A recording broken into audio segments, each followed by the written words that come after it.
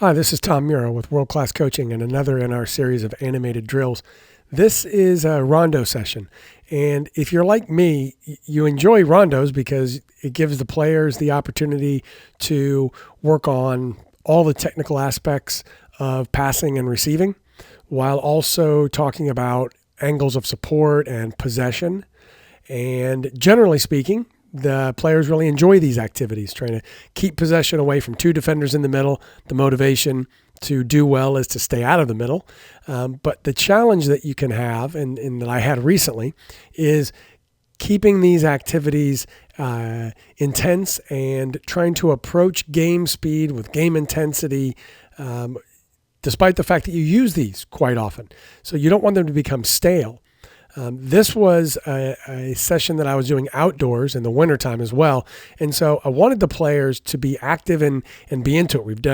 We had done a good warm up. The players were, they'd gotten a sweat on, they'd been moving, but this became kind of static because we started with a 5v2. We ended up adding a player that turned up late, as will happen. And so we ended up 6v2, which can be pretty simple for the players on the outside. And so we started off pretty basic with a split or 10 passes requiring these center players to stay in the middle. So we started with that. But then it just didn't have the intensity I was looking for. And it certainly didn't have the movement I was looking for, because with a 5v2, at least the players were going to have to slide quite a bit. The area we were using was about like a 12 by 14 size area. So it was a little bigger than a 10 by 10, not huge, but hopefully still challenging the players, but also requiring them to move a bit in order to support each other. Well, when we added the extra player, they didn't have to do that as much. So then what I thought about doing was, okay, every time they pass the ball, they have to make a run. Well, that's a little unrealistic, and that's going to create more movement than I want and more confusion for the level of players that I was dealing with here. So what I decided was, after every third pass, the player who makes the third pass, so there's two passes, after this third pass, that player was required to run to the other side of the area. And so then what we have happen is everybody has to adjust. Players have to slide and fill gaps just for the sake of making it, I'll just get rid of that player and throw a new one in there just for the sake of making it look realistic.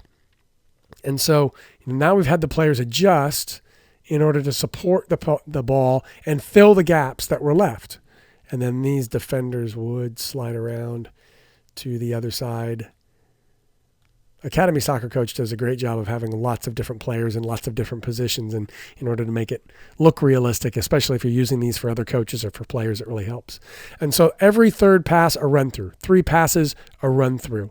At first, the players had difficulty, adding all these things together. So it was 10 passes, a split kept them in.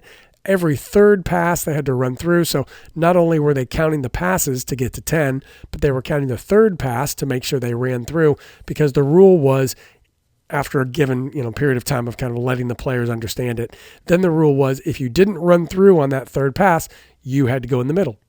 And so, now there was real motivation to make sure they ran through, because otherwise they were in the middle. Defenders were then paying a bit more attention to that as well, because if somebody didn't run through, that was a chance for them to get out of the middle. So, adding this movement, adding this complexity really focused the players. And, that simple run through just made this rondo so much more dynamic, forcing the players to adjust positions. After that one, we'll make the ball move here. After that third pass, that 1, 2, 3 pass, and then having this player run through, it just left that gap. And so when this player made their pass, then they had to make sure that everybody else was moving to support the ball.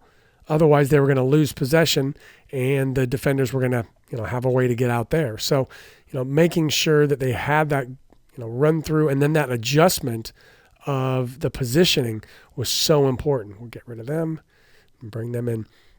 So, I thought that this worked really well and really challenged the players in a way that we hadn't before, without making them run through after every single pass.